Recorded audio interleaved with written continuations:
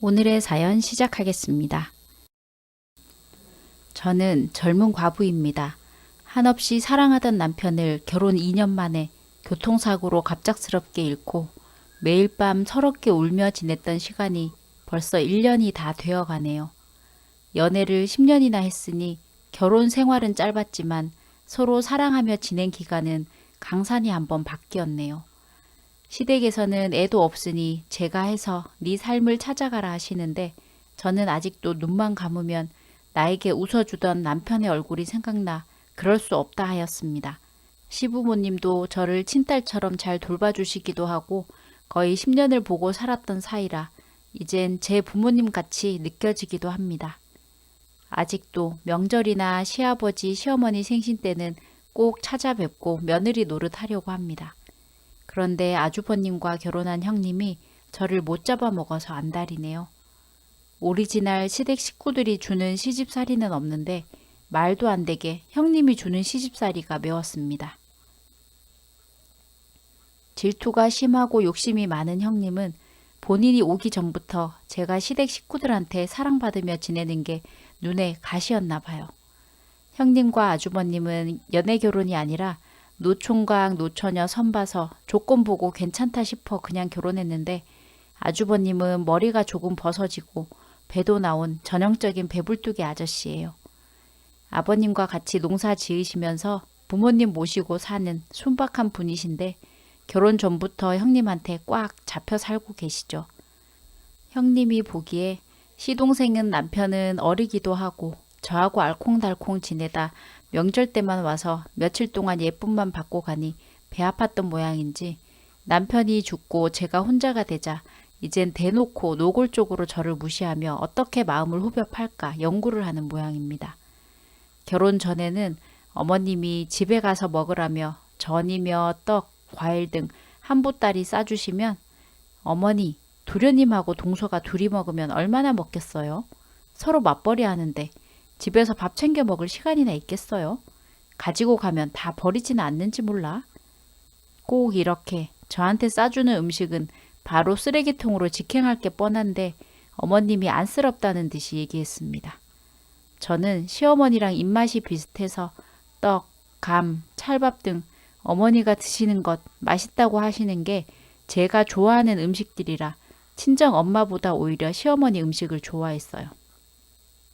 실제로 시댁 내려가면 어머니가 밭에서 배추하고 무 바로 뽑아와서 제가 찬물에 착착 씻어서 어머니에게 대령하면 어머니는 배추하고 무, 채 썰어서 마늘, 고춧가루, 갖은 양념으로 무쳐주시는데 그 양푼이에 밥 몇 주걱 넣고 고추장에 참기름 넣고 쓱쓱 비벼 먹으면 정말 산의 진미가 필요가 없습니다. 남편이 아직 살아있을 때는 그렇게 많이 먹고는 배부르다고 마당에 있는 툇마루에 누워 별을 보며 두런두런 이야기꽃을 나누었던 게 얼마인데 형님이 그 수많은 우리들의 역사를 되도 않는 억측으로 훼손하는 게 속상하기도 했습니다.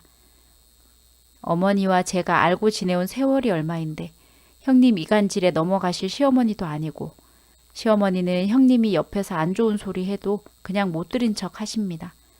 그러곤 저한테 웃으시며 상하니까 가자마자 냉장고 놓고 한꺼번에 너무 많이 먹지 마라 하고 음식이며 농사 지은 것들 잔뜩 들어있는 가방을 내밀고는 현수야 무겁다 네가 차에 실어라 하며 남편을 부르셨죠. 남편은 이남 중 막내 아들입니다. 시부모님이 아주버님 낳고 애가 들어서지 않아 우리한테 다른 자식은 없나 보다 하고 그냥 포기하시고 지내다 늦게 찾아온 아들이라고 합니다.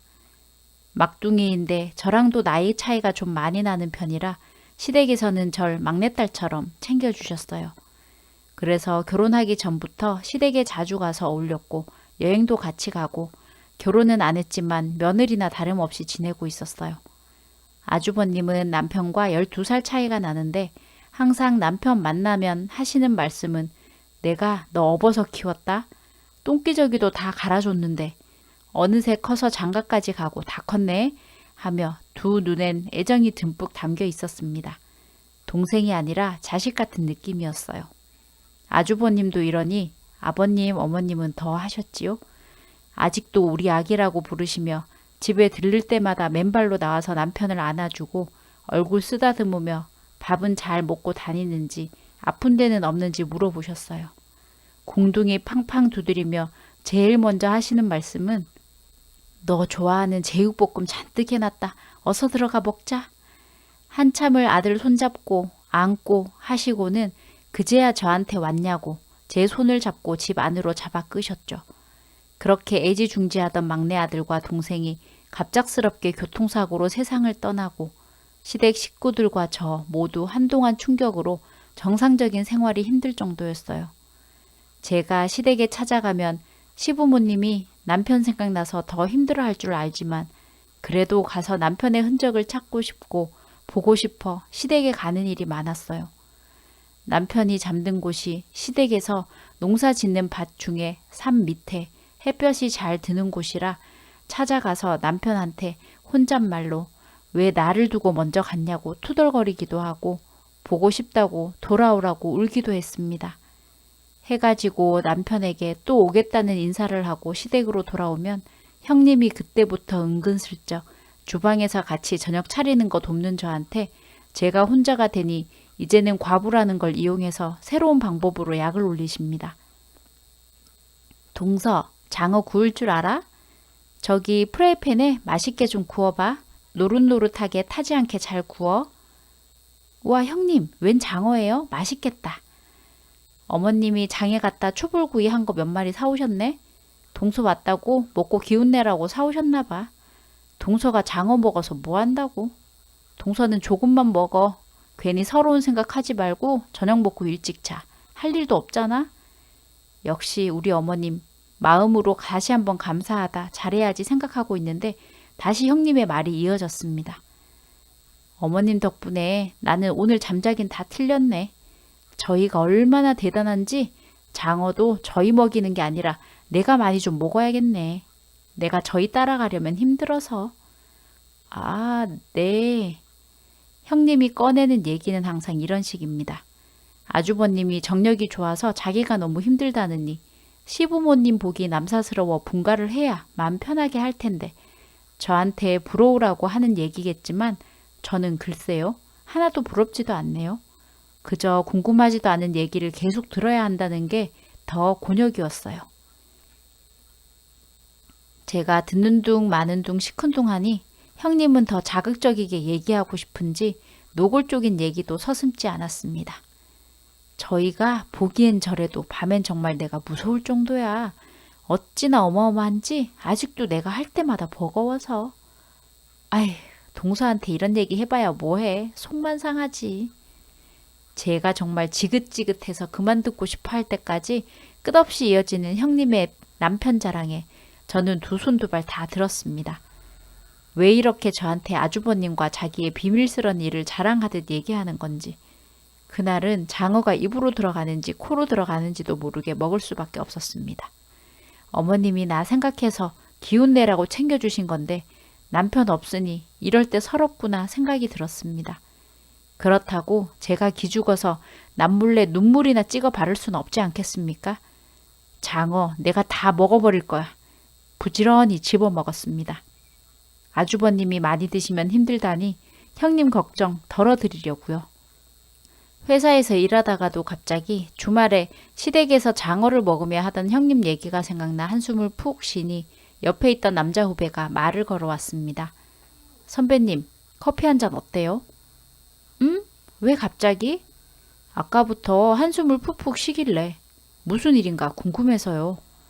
자기한테 얘기해보라며 커피는 자기가 사겠답니다. 평소에도 눈치 빠르고 싹싹한 후배이기도 하지만 오늘은 제가 너무 티나게 한숨을 쉬었나 봅니다. 부장님, 커피 어떤 걸로 하시겠습니까?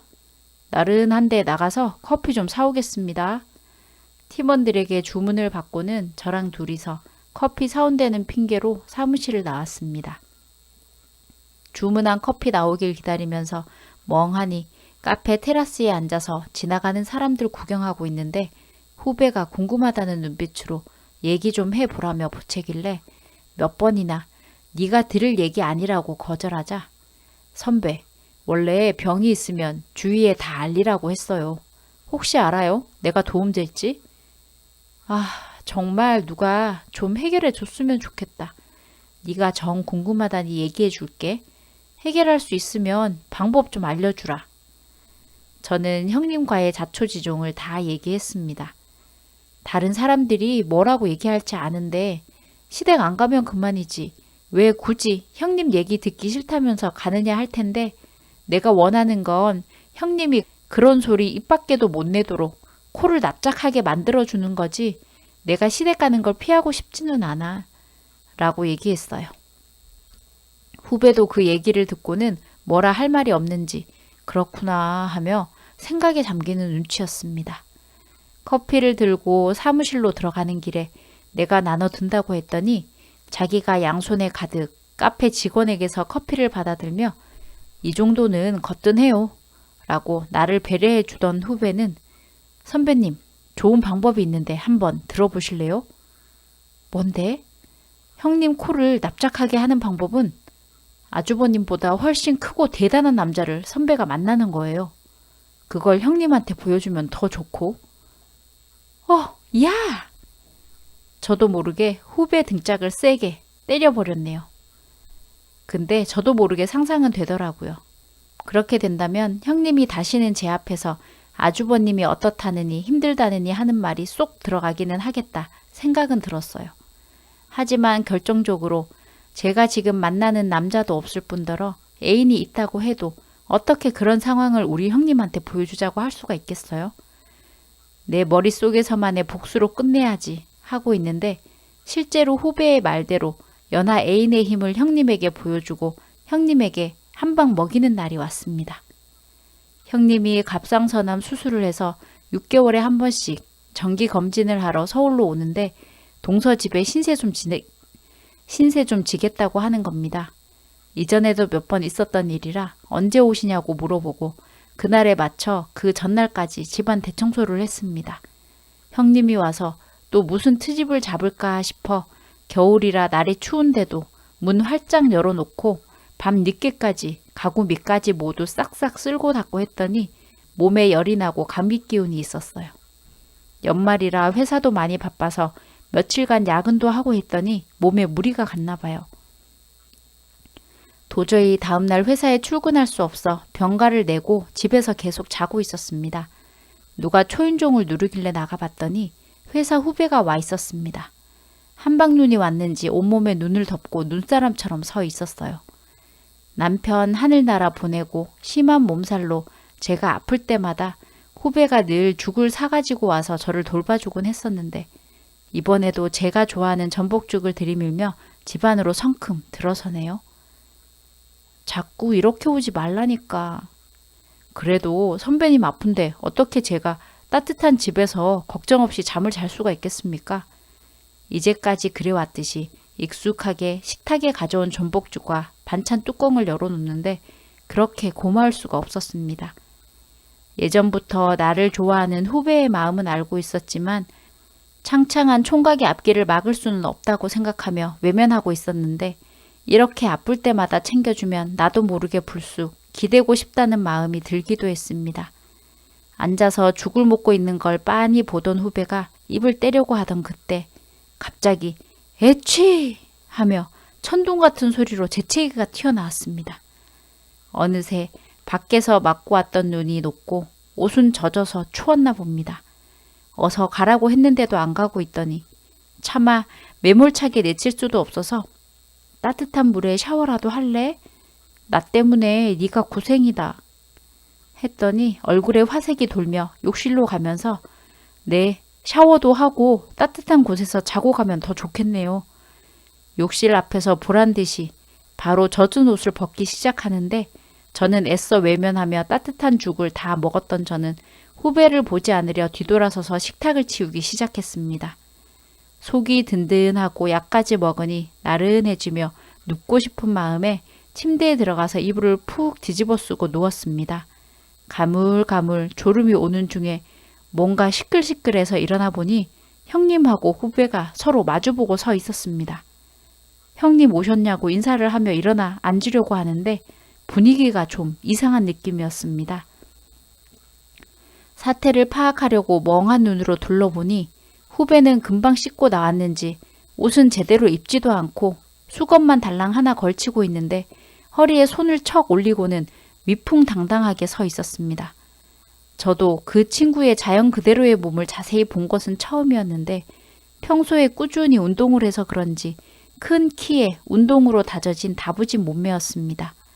그리고 허리에 걸친 작은 수건은 어찌나 거북하게도 위풍당당 위용을 뽐내고 있는지 제가 다 민망할 정도인데 보느는 일부러 보란 듯이 부끄러운 기색도 없이 자랑하듯이 계속 서 있는 겁니다. 형님은 놀란 토끼 눈을 하고도 후배를 샅샅이 훑고 있더군요. 특히 특정 부분을요. 형님 앞인데도 제가 왜 저러나 싶어 얼른 옷 입고 나가라고 재촉하자 형님이 아니 내가 나가야겠네 하며 그대로 나가시려고 하는 겁니다. 그제서야 후배가 은정아 이제 괜찮지? 형님 오셨으니까 내일 다시 올게. 내일도 기대해 하며 옷을 입고 집을 나서며 제 이마에 뽀뽀를 하고 나갔습니다. 제가 왜 저래? 갑자기 웬 뽀뽀며 기대하긴 뭘 기대해. 우리가 무슨 일이 있었다고.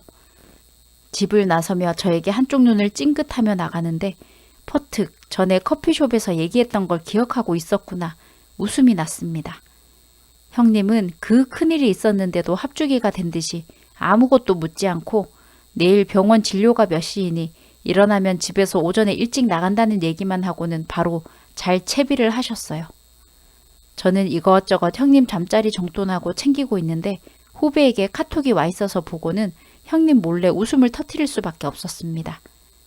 성공. 그날을 계기로 저는 늘 선을 그으며 멀리하려 했던 후배에게 마음을 주고 사귀게 되었습니다. 내가 속상하고 힘든 일들을 이렇게 하나하나 같이 나누고 헤쳐나가자고 얘기하는데 그 마음이 너무 이뻐 나도 모르게 그러자 하고 대답했습니다. 전 남편에게 마음속으로 현수 씨 이제 그만 보내줄게. 미안하고 이런 남자 다시 보내줘서 고마워 하고 얘기했습니다. 형님은 진료 잘 받고 내려가셨다는데 다음에는 우리 집에 오지 않고 다른 친척 집에 가서 지낼게 라고 하시네요. 시어머니 시아버지에게 다시 연애 시작한다고 했더니 그래 잘 생각했다. 이제 우리 현수 좋은 데 보내주고 너도 네 행복 찾아서 가거라 하시며 응원해 주셨습니다. 고맙습니다. 아버님 어머님 그리고 형님. 결국엔 형님 덕분에 저도 좋은 남자를 다시 만날 수 있었네요.